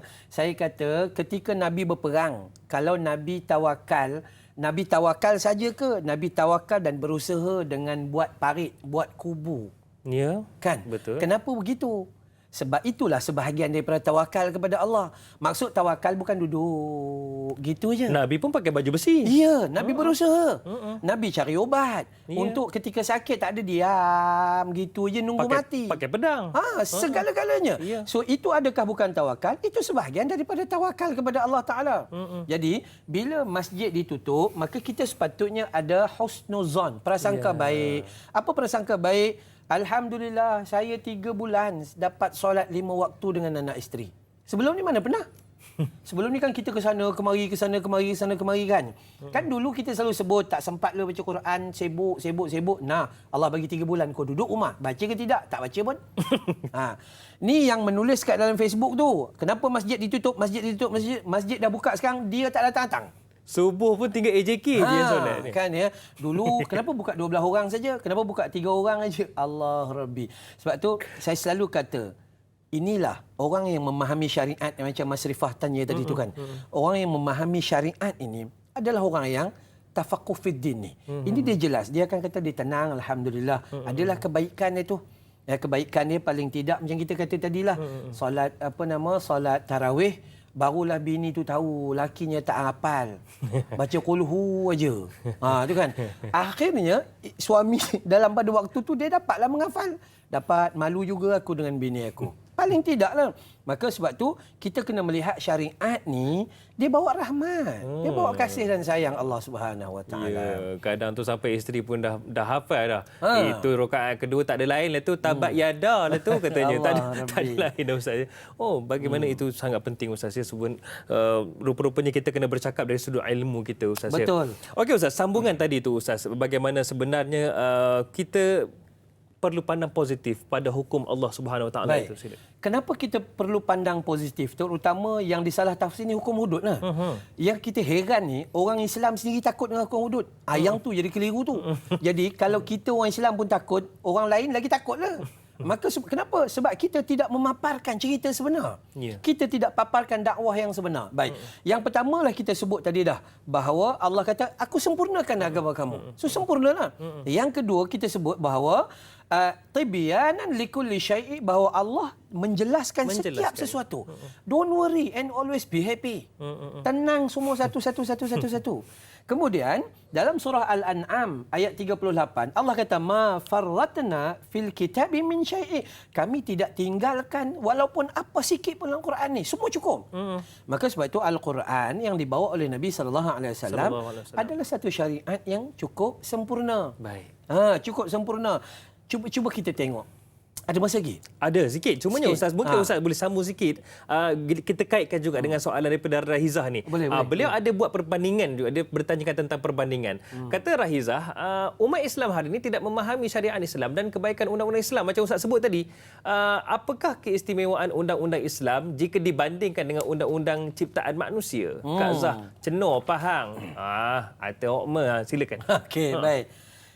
Simple. Dia sebenarnya banyak. Undang-undang Islam, dia pertama dia merupakan satu hukuman. Kenapa dia bagi hukuman? Bila kita buat salah, buat hukuman, akhirnya kita berhenti daripada buat salah. Satu. Anak kita buat salah, kan kita bagi dia hukuman. Alhamdulillah dia berhenti. Ya. Jadi pertama hukuman Islam syariat Islam ni bersifat hukuman. Hukum membuat dia insaf. Dia insaf, alhamdulillah. Saya duduk pergi ceramah dekat penjara. Dan alhamdulillah sebut pasal anak beranak, sebut pasal Allah, sebut pasal Rasul, sebut pasal mak bapak, meleleh air mata dia orang. Maksudnya ada kasih sayang. Ada. So itu hukuman. Hukuman ni kata Allah dalam Al-Quranul Karim, surah Al-Maidah surah 5 ayat 38, Allah kata dalam Al-Quran, bima kasaba nakalam minallah, itu satu benda, hukuman ni adalah satu sifat pencegahan daripada Allah Taala. Itu dua. Ya, yang pertama hukuman, yang kedua dia mencegah, sebab hukuman ni dijalankan di khalayak, sebahagian daripada orang yang beriman. Dia mencegah. Kemudian yang ketiga, indahnya sifat yang Allah Ta'ala bagi pada kita. Saya nak baca satu hadis pendek. Saya quote yang pendek aja. Allah Ta'ala, Nabi sebut dalam Al-Quran, fa'uqiba fid dunya, bila dia buat dosa dan dia disiksa di dunia. Maksudnya dia diberi hukuman. Fahuwa kaffaratullah. Itulah pengampun dosa dia. Masya Allah. Nampak kan? Jadi bukan sekadar satu hukuman, bukan sekadar satu pencegahan, satu keampunan. Bila dia menerima hukuman syariat di dunia, di akhirat dia terus dakhalal jannah bighairi hisab wa bighairi azab. Masuk syurga tanpa hisab dan tanpa azab. Bukanlah satu kehinaan Ustaz. Bukan satu kehinaan. Sebab tu hari ni kalau kita buat salah dan yang hadirin, kalau kita buat salah di dunia, jangan malu untuk mengaku salah kita. Sebab manusia dia boleh berubah. Okey, buat salah di sini tak apa. Di Bukit Beruntung kita dah tersilap buat salah. Orang ramai pandang salah. Kita dah tak boleh nak buat apa. Hijrah ke Cyberjaya. Pergi Cyberjaya dapat kerja elok pula tu. Jadi seronoklah kita. Maka di sana bina hidup baru pula. Wallahu a'lam. Baik, mungkin Ustaz sedikitlah Ustaz yang bagaimana sebenarnya kita ini dapat lihat bagaimana Islam itu bukan sekadar menghukum Ustaz ya, tetapi pencegahan. Ada tak contoh lain Ustaz kalau kita nak nampakkan ia sebenarnya bukan hukuman tapi pencegahan? Baik, saya suka merujuk dalam surah Ar-Rum, surah 30 ayat 41. Ulama petik ayat ni, ulama mengatakan bahawa hukum hudud maupun syariat-syariat hukuman ini adalah untuk mengelak turunnya bala atau mengelaknya kerosakan di atas muka bumi. Untuk mengelakkan kerosakan? Mengelakkan kerosakan. Sehingga Allah Ta'ala sebut, Zaharal fasadu fil barri wal bahri bima kasabat aydin nas liyudhiqahum ba'dalladhi amilu la'allahum yarji'un. Telah timbul berbagai kerosakan dan bala bencana di darat maupun lautan hasil tangan Manusia. manusia. Jadi macam mana? Kalau nak tahu macam mana, insya-Allah kejap lagi kita jawab Ustaz. Baik, Apa boleh. antara kerosakan daripada tangan manusia itu sendiri? Insya-Allah kejap lagi kita sama-sama nantikan.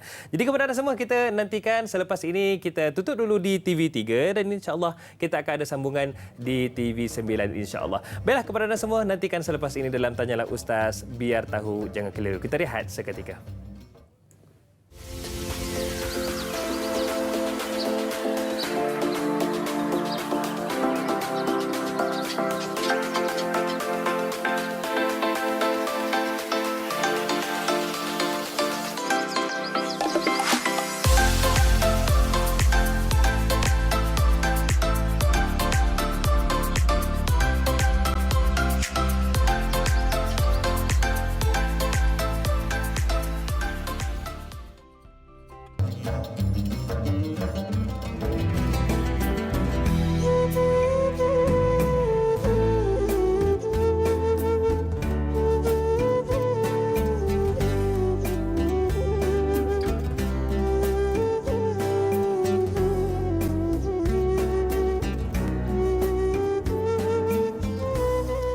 Untuk setiap umat di kalangan kamu, kami berikan aturan. Itu dia firman Allah Subhanahu Wa Taala. Dan saya yakin kepada anda semua yang sedang menonton ketika ini, terima kasih kerana sudi menonton. Dan hari ini kita masih lagi bersama dengan yang berbahagia Ustaz Amran Yusof dan kita bincangkan tentang memahami syariat pengajian hadis kita.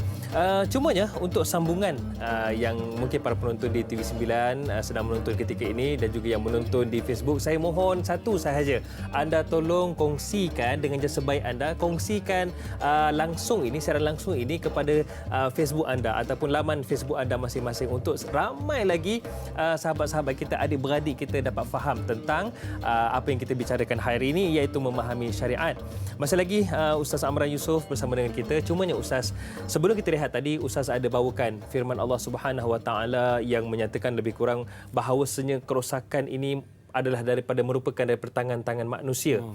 Bagaimana perinciannya Ustaz? Okey, baik. Kita ulang daripada surah Ar-Rum, surah 30 ayat 41 ya. Allah menyebut zaharal fasadu fil barri wal bahri bima kasabat aydin nas liyudhiqahum ba'dalladhi 'amilu la'allahum yarji'un. Telah timbul kerosakan dan bala bencana di darat dan di laut atas sebab yang telah dilakukan oleh aydin nas, tangan manusia. So, di sini sebab tu kerana Allah hendak merasakan sebahagian daripada mereka balasan buruk yang mereka lakukan supaya la'allahum yarji'un, supaya mereka kembali. Sebab tu bila kita baca, okey, manusia memang sifat dia menyusahkan orang. Itu bahasa kasar lah bunyi itu. Betul. Dia memang menyusahkan orang kan. Bawa kereta tak memfikirkan orang, sapu sampah masuk ke laman orang, parking kereta tak Terlupa guna lampu nak signal tu, isyarat tu. iya, Terlupa. sama menyebabkan mudarat kepada orang lain. Jadi manusia ni sifat dia banyak menyusahkan orang. So itu hasil dia siapa? Hasil tangan kita. Kita juga. Bukan salah orang lain, salah diri kita. Dan sehingga di hujung Allah merasakan balasan sikit bagi dia. Ada hukuman kepada dia. Untuk apa? La'allahum yarji'un. Supaya mereka kembalilah kepada Allah Ta'ala. Oi, silap rupanya. Bila dah aksiden, dah kena gini. Sebab tu Allah memperingatkan kepada manusia ini, dia berbeza-beza. Ada orang kena cuit aja. Allah, dia teringat. Ada orang cuit tak kena, dia kena jentik bagi sakit sikit baru perasan. Ada orang jentik tak boleh, lempang, sepak, terajang baru perasan. Itu lambatnya dia nak rasa tu kan. Maka sebab itu Allah sentuh kita dengan hukum syariat agar kita dapat kembali kepada Allah Ta'ala. Dengan tangan manusia merosakkan segala macam. Kita tengok hari ni hutan dah tak ada. Allah. Nampak hutan tu pokok mangga je depan tu. Belakang dah tak ada dah. Ya, pembinaan bangunan batu ini melebihi daripada, dah nampak macam melampaui batas sehingga saliran-saliran air itu tak dapat dijaga dengan rapi. Berlaku banjir. Dan menyebabkan kerosakan kepada manusia. Sebab tu bila kita mengaji tentang bab ini, maka aturan Allah itu sangat hebat. Sehingga dalam hadis Nabi SAW, Nabi larang manusia ni potong pokok sidrin, pokok bidara. Pokok bidara bukan besar. Yang kecil tu pun dilarang potong tanpa ada sebab, tanpa ada alasan. Ya. Ini kita potong segala macam balak, daripada balak dara sampai ke janda. So sungguh habis semua dibiarkan itu. Akhirnya berlakulah gempa, dan datang tak kerosakan? Kerosakan hasil tangan Manusia itu. masih tangan manusia sendiri. Itulah sebab tu aturan Allah, kalau kita cabar aturan Allah, abai aturan Allah, maka manusia akan rugi. Itu belum dikira dengan pencemaran-pencemaran lain sehingga habis sungai dan juga laut. Hidupan laut juga turut terkesan. Berapa banyak kenderaan yang tenggelam dalam tu sehingga mereka terpaksa bayar bulan tapi kereta rosak dan sebagainya akibat daripada tangan-tangan manusia yang kejam. Allahu Akbar. Itu dia, kena fikir jauh lah, berpandukan syariat. Itu paling penting. Ustaz, Hilmi di Facebook ini ada satu soalan beliau tanyakan. Katanya, apakah sekiranya syariat tidak dipatuhi akan menjadi asbab akidah tersasar lalu boleh jadi kufur? Contoh seperti riadah ataupun bersukan dengan pakaian yang tidak patuh syariat. Tapi asal tujuan itu ataupun tujuan utamanya adalah untuk sihat dan afiah untuk beribadah. Mohon pencerahan Ustaz. Baik. Sukan apa tak sebutlah tu? Sukan apa dia tak sebutlah. Tak sebutlah. Okey, baik. Yang pertama sekali dalam bab akidah, kalau pakaian tu bukan bab tu lah. Dia akan masuk bab fiqh lah tu. Bab aurat lah. Ya. Bab aurat. Kalau bab akidah ke, bab fiqh ke, bab muamalah ke, bab jenayah sekalipun, kalau kita mengaji, maka kita akan dapati bahawa seharusnya bersandarkan kepada aturan Allah, bersandarkan syariat. Akidah kalau tak jaga, syirik. Syirik ni kita rugi. Serugi-ruginya. Salah satu dosa yang Allah tak ampun. Kalau mati tanpa taubat, maka kita kekal dalam neraka. Itu bab akidah. Ya.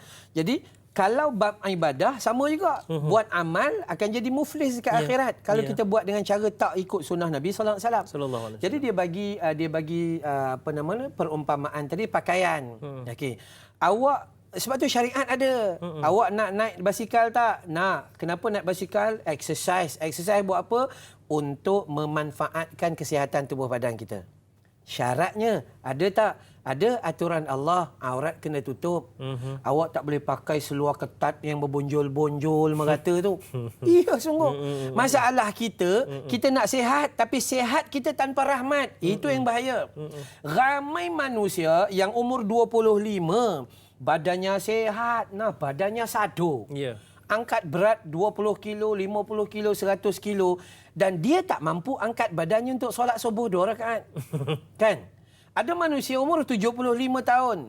Badannya sakit, Masya Allah, kencing manis, darah tinggi, gitu dan sebagainya. Tapi dia berada di masjid pada awal waktu. Nampak?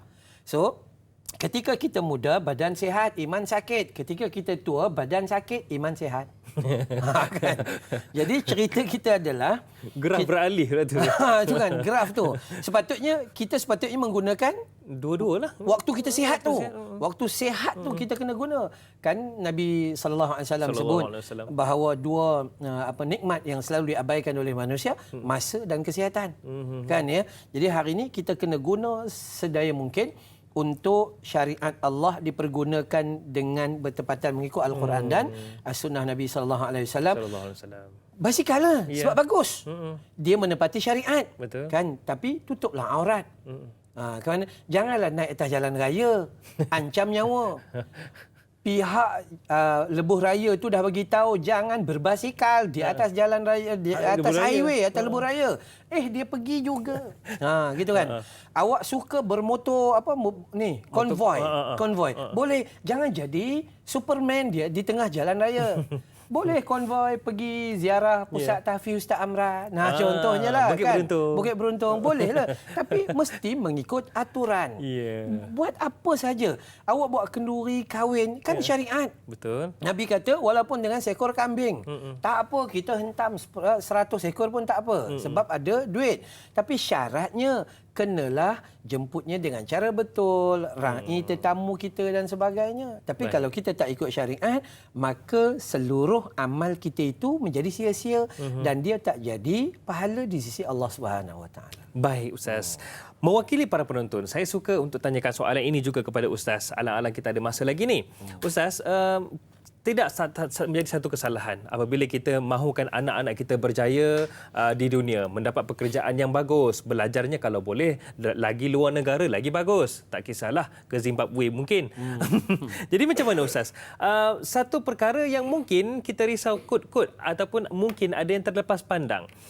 Bagaimana nak memberikan kefahaman menyeluruh termasuk golongan muda untuk memahami bahawasanya ilmu Allah ataupun aturan yang terdapat dalam Al-Quran dan juga sunnah itu adalah terbaik buat manusia. Macam mana kita nak bagi faham pula golongan muda dalam bab ini? Baik, saya katakan saya selalu pergi ceramah mana-mana. Semalam saya di Ipoh. Semalam di Ipoh, ceramah di Ipoh.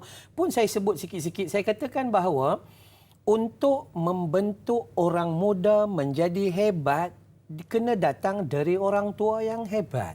Itu penting. Kalau orang tua tidak menyediakan ilmu pada dirinya, tidak memaparkan akhlak dan peribadi untuk memberi petunjuk kepada yang muda, maka yang muda akan mengikuti cerminnya yang tua. Kan? Kalau orang tua solatnya lambat, yang muda langsung tak solat. Itu kan? Itu gitu.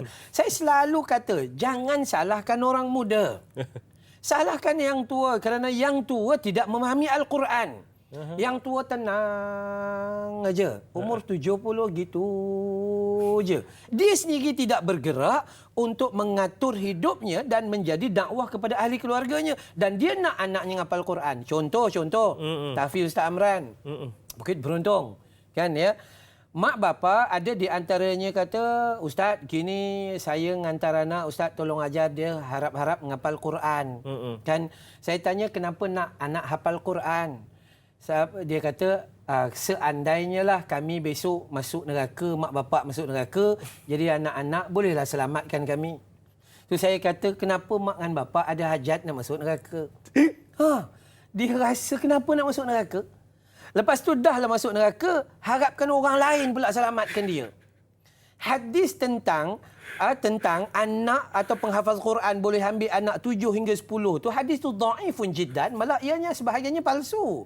Kan? So apa kita buat adalah untuk membangunkan generasi muda yang kenal syariat.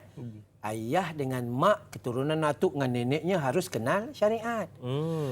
Buat ikut cara Nabi. Nabi datang tak bercakap dengan mulut dulu. Nabi pamerkan dengan akhlak. Jadi kalau yang tua pamerkan akhlak, contoh anak-anak akan melihat idol mereka. Siapa kat rumah? Mak bapak lah. Kan ya, anak-anak akan tengok maknya macam mana, ayahnya macam mana. Bila sebut tentang idola ni, macam mana di rumah sepatutnya berlaku, kejap lagi kita perincikan Ustaz. Kita rehat sekejap. Jadi kepada anda semua, nantikan selepas ini macam mana caranya, tanyalah Ustaz, biar tahu jangan keliru.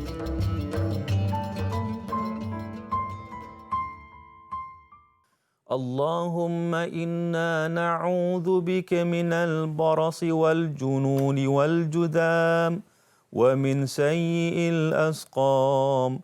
Ya Allah, sesungguhnya kami berlindung denganmu daripada penyakit gila, kusta, sopak dan semarang penyakit yang membahayakan.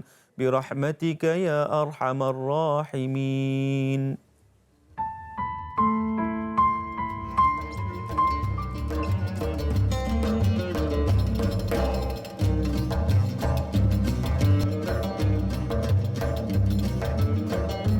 Tanyalah Ustaz, biar tahu jangan keliru. Terima kasih kerana anda terus menyokong dan menonton. Kerana sokongan dan tontonan anda lah kami teguh berdiri di sini. Dan insya-Allah terus menyokong dan terus sampaikan juga apa yang kita peroleh dalam hari ini, dalam majlis ilmu ini kepada orang lain untuk manfaat kita bersama. Dan untuk hari ini kita membincangkan pengajian hadis kita iaitu memahami syariat bersama dengan yang berbahagia Ustaz Amran Yusof. Baik Ustaz, yang tadi tu bagaimana kanak-kanak kalau mengidolakan ayahnya yang bagus, yang dapat mendidik dengan sempurna, memahami syariat itu, insya-Allah berjaya anaknya. Baik. Sebab itu saya katakan bahawa kalau anak-anak atau orang muda buat salah, cari orang lain sebagai idola, jangan salahkan dia orang. Sebab kita sendiri tidak paparkan syariat yang betul dalam Contoh yang kehidupan. Contoh itu. Kalau mak bapaknya salat awal waktu, insya-Allah anak-anak akan turut serta. Insya-Allah kalau mak bapaknya tutup aurat dengan sempurna, insya-Allah. Kalau mak bapaknya memilih, oh ini betul, ini perbankan Islam, ini riba tak boleh. Dia perjelaskan dalam rumah tangga. Sebab itu kita kata rumah tangga dia membentuk watak, sama ada dia watak hero atau watak penyemun. Tu kan? Ya. Dalam rumah tangga dia membentuk watak heroin. Ya, semua watak-watak yang baik-baik atau watak jahat dia dibentuk dalam tu. Maka kalau kita abai dalam pembentukan watak, maka akhirnya watak itu akan dibentuk di luar. Betul. Pembentukan watak di luar itu menyebabkan kita susah. Itu yang sebut pengaruh-pengaruh tu ya. Ya, kita sebagai dalam rumah tangga, ayah dengan mak sebagai pengarah dengan penolong pengarah. So dia kena arahkan buat filem yang baik. Kan, buat pengisian yang baik dan sebagainya. Saya selalu bila baca khutbah saya selalu tegur orang-orang yang berumur supaya dia memberi contoh yang terbaik. Tambah kita di masjid, kita dengan anak-anak kadang-kadang orang tua-tua kasar di masjid. Ditengkingnya, dimarahnya, dihalaunya, di itu dan di ini sebagainya. Jadi sepatutnya kita di masjid, kalau kita buat satu tarikan yang baik, bawalah duit 50 sen ke apa ke RM1 ke, jumpa budak yang selalu rajin datang tu kan, bagi dan sebagainya. Dia contoh dan teladan itu penting. Baca ketika khutbah, saya selalu tegur, orang tua-tua ramai sembang. Yang muda elok je, rupanya tidur yang muda pun. Tu kan. Tapi yang sembang ni tak habis-habis yang tua. Yang makan cendol kat luar dah tentulah. Dan jadi kita sebab tu aturan-aturan. Agama kata jangan bercakap. Nanti sia-sia Jumaat kita. Tapi kita nak bercakap. Bercakap tak ada juga. Tapi layan Facebook juga. Time khutbah. Maka sebab tu bila manusia lari daripada aturan, saya nak tengok beberapa hal. Kalau kita tengok, bila kita tak jaga syariat dalam ibadat, maka ibadat kita rugi. Bila kita tak jaga syariat dalam bab munakahat, pembentukan kekeluargaan kita, keluarga kita tak dapat rahmat. Bila kita tak jaga syariat dalam muamalat, perhubungan sosial kita ni kan, pun dia tak akan jadi indah dalam hidup kita. Sama seperti dalam bab jenayat. Ya. Sebab tu bila dalam Al-Quran, bila Allah Subhanahu Wa Taala kata wasariqu, Tuhan semua dia Tuhan. Jadi orang lelaki, orang perempuan yang curi potong tangan. Tapi adalah syaratnya. Dia bukan terus potong. Dia adalah syaratnya. Sebab tu membenci hukum Allah itu adalah satu kesilapan besar. Sebab dia sebenarnya tak faham tentang apa yang dia benci, tentang apa yang dia tak suka. So dia kena cek dulu berapa banyak dia curi, asbab dia curi kenapa. Dia ada teguran dulu. Dia ada teguran. Rupa-rupanya dia curi disebabkan anak-anak di rumah kelaparan. Tak ada apa, tak ada siapa. Duduk di rumah, sebelah rumah, Tok Imam buat tak peduli. Tok Imam pakai jubah saja. Tapi al-bakhilun wal qadukutun. Tu kan. Gini orang tak bantu ni, tak bantu. Akhirnya dia terpaksa untuk menyelamatkan nyawa. Sebab tu kita mengaji dalam bab darurat. Dia terpaksa buat. Boleh ke tak boleh? Boleh pada ketika itu. Contoh, dia tengah waktu itu kelaparan yang melampaui batas, duduk lautan, tak ada apa nak makan, tak adalah satu pun. Dan akhirnya dia jumpa benda yang melanggar syariat. Mungkin milik orang lain. Benda lain. Dia makan. Tapi makan dia itu hanya niat kerana menyelamatkan nyawa sahaja. Jangan masak-masak, sedap juga cicah sos. Itu lain kan. Ini agama. Bila orang yang faham agama, insya-Allah dia akan kebaikan yang berpanjangan. Maksud ustaz tu kalau dia makan cicah sos tu bukannya apa yang ada binatang rendah-rendah tu kaki pendek je tulis macam itu ya. Baik ustaz. Mungkin sebagai satu perbincangan lanjut daripada soalan Mas orang Ipoh kita ni. Satu soalan daripada beliau. Katanya setengah orang Islam menggunakan syariat pada dirinya semasa keperluan sahaja. Ini masalah juga. Sebagai contoh mengikut syariah semasa hendak berkahwin. Bila berkahwin ada syariatnya. Kemudian cerai, ibadat haji, umrah baru nak gunakan agama. Lepas tu lupa terus apa itu syariat. Apa pandangan ustaz? Okey, baik. Dalam Al-Quranul Karim ada cerita, dalam hadis ada cerita bahawa syariat ni kita kena kafah, sempurna. Kafah, kena ambil secara syumul. Masuk Islam secara sempurna. Dia tak boleh pakai suku-suku, fasa-fasa dan sebagainya. Memang benar berdasarkan soalan ni apa yang berlaku di sekitar kita. Masa akad nikah, elok je tutup aurat. Masa buat kenduri, tiba-tiba ada joget lambar, ada itu, ada ini. Ini pun bahaya. Ya, masa kita selalu guna bila tahu? Masa Ramadan, elok pula dia. Sambut-sambut raya, waduh. Tu. Jadi, Hollywood tu ke? Itu kita kena jaga tu. Sekali dia keluar, fadakaro nahi codo gitu merasar. Dia jadi gitu. Ya. Jadi bahayanya manusia apabila manusia hanya ingat pada Allah ketika dia susah. Allahu akbar. Kan ketika dia susah, ketika dia perlukan Allah, solat tahajud, ya Allah, kan sepanjang malam. Solat tahajud sampai tak tidur. Baik. Tapi ketika Allah sudah mengizinkan rezeki baginya, dia tinggalkan Allah Subhanahu Wa Taala. Allahu Akbar. Ini satu kebongkakan dan takabur yang sangat besar. Jangan jadi macam tu, Jangan Ustaz. jadi macam Setiap tu. masa kena patuh kepada syariat. Baik Ustaz, mungkin sebagai kesimpulan yang mungkin Ustaz boleh panjangkan kesimpulan ini, sebenarnya apabila kita mengikut syariat, nescaya kita akan berjaya, Ustaz ya. Baik. Seperti mana dibuktikan Islam pernah menguasai 2/3 dunia satu ketika dahulu. Syariat yang bukan sekadar sahaja terkandung dalam Al-Quran dan Sunnah, tetapi sehingga melahirkan pakar-pakar yang hebat di dunia, antaranya Al-Farabi, Ibn Sina dan lain-lain, Al-Khawarizmi dan lain-lain. Bagaimana Ustaz sebenarnya memahami syariat, mengikut syariat, mengamalkan syariat itu sebenarnya memberikan kita kejayaan dunia dan akhirat? Silakan Ustaz. Baik. Kesimpulan kita yang pertama, saya nak rujuk dalam surah An-Nisa, surah yang keempat ayat 65. Mengikuti syariat itu adalah tanda keimanan seseorang. So bila langgar syariat, maka rosak iman kita. Allah menyebut fala wa rabbika la yu'minuna hatta yuhakkimuka fima syajara bainahum. Maksudnya, maka demi Tuhan wahai Muhammad, mereka tidak disifatkan beriman sehingga mereka menjadikan kau hakim dalam mana perselisihan mereka. Maksudnya, bila ada masalah apa-apa, rujuk kepada sunnah, rujuk kepada syariat. Ya, maka mereka juga tidak merasa berat dengan hukuman yang telah ditentukan ke atas mereka. Redha. Itu tanda keimanan.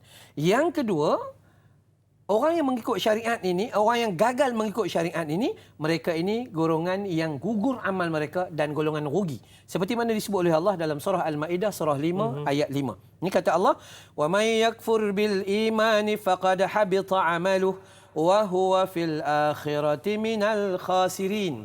Iaitu, dan sesiapa yang engkar akan syariat Islam sesudah dia beriman. Macam ni kita beriman dah. Tapi kita tak mau pakai. Kita ambil sebahagian-sebahagian. Maka gugurlah amal mereka. Gugur amal mereka. Menjadi sia-sia dan wa huwa fil akhirah, dan mereka itu di akhirat minal khasirin. Mereka itu golongan yang rugi. Kenapa rugi? Kerana mereka tidak merasai mulianya, sempurnanya syariah Islam. Sebab syariah Islam adalah syariah Rabbani. Syariah ataupun syarak yang diturunkan oleh Allah Subhanahu Wa Taala. Maka di sini tanda iman. Yang kedua, kalau tak pakai, sebuah kerugian. Kita boleh pilih. Sebab tu saya pesan kepada kita individu, berusahalah untuk syariat agama. Kepada pemimpin, berusahalah untuk menegakkan syariat Islam di atas muka bumi Allah ketika Allah bagi kita kuasa ketika memimpin. Jangan abaikan tuntutan ini. Kerana siapa yang fatawakal ala Allah fahuwa hasbuh. Ya. Jadi Allah akan mudahkan bila orang berusaha buat. Paling tidak pemimpin bila dia mati besok, Allah tanya dia ada usaha tak? Dia kata ada usaha tapi tak berjaya. Sebab tu Allah melihat kepada usaha bukan kejayaan. Maka kita semua kena berusaha memartabatkan dan menegakkan namanya hukum syariat. Atau dengan cara memahami syariat. Bagaimana caranya? Al-Quran, As-Sunnah. Nak mudah lagi, pergi dengar kuliah. Nak mudah lagi, beli kitab baca. Pergilah tadabbur kat mana-mana dan sebagainya. Usaha. So kita tidak ada alasan mengatakan saya tak faham. Akan disoal pada kita. Orang lain faham? Kenapa awak tak faham? Itu kan. Moga-moga kita termasuk golongan yang menegakkan syariat. InsyaAllah. Itu dia. Bukan sekadar menegakkan, tetapi di awalnya memahami syariat itu. InsyaAllah. Baik Ustaz, sebagai memurnikan program ataupun majlis ilmu kita pada pagi ini, mungkin doa daripada Ustaz. Silakan Ustaz. Bismillahirrahmanirrahim. Alhamdulillahi rabbil alamin. Amin. Wassalatu wassalam ala sayyidil mursalin wa ala alihi wa sahbihi ajma'in. Amin. Ya Allah, ampuni kami ya Allah. Ampuni kami ya Allah. Ampuni kami ya Allah. Ya Allah, bantu kami dalam kami menguruskan syariat yang Kau turunkan ya Allah. Amin. Ya Allah, bantu kami dan beri kekuatan pada kami ya Allah. Agar kami dapat meneguhkan syariat-Mu di atas muka bumi-Mu ya Allah. Amin. Ya Allah, ya Rahman, ya Rahim, ya Hayyu, ya Qayyum, ya Zal Jalali wal Ikram. Wa sallallahu ala Muhammad wa ala alihi wa sahbihi wa baraka wa sallam. Walhamdulillahi Rabbil Alamin. Amin ya Rabbal Alamin. Terima kasih yang berbahagia Ustaz Amran Yusof kerana sudi bersama dengan kami pada pagi ini. InsyaAllah masa depan kita bersama lagi Ustaz ya. InsyaAllah. Banyak lagi boleh sembang ni Ustaz. InsyaAllah. Baiklah para penonton sekalian, jangan lupa esok Tanyalah Ustaz, biar tahu jangan keliru bersama dengan Da'i Luqman, sahabat saya, dan bersama dengan panel kita iaitu yang berbahagia Ustaz Dr. Nizam Abdul Qadir. Kita akan bincangkan tentang fiqh pekerjaan. Ini adalah fiqh tapi berkaitan dengan pekerjaan. Banyak boleh tanya esok insya-Allah. Jangan lupa dan jangan terlepas untuk bersama Tanyalah Ustaz esok. Baiklah, saya Da'i Hadari mohon permisi undur diri. Jagalah syariat, fahamlah syariat dan tegakkan syariat. Moga satu hari nanti kita sama-sama masuk ke dalam syurga Allah Subhanahu Wa Taala. Sehingga itu, assalamualaikum warahmatullahi wabarakatuh.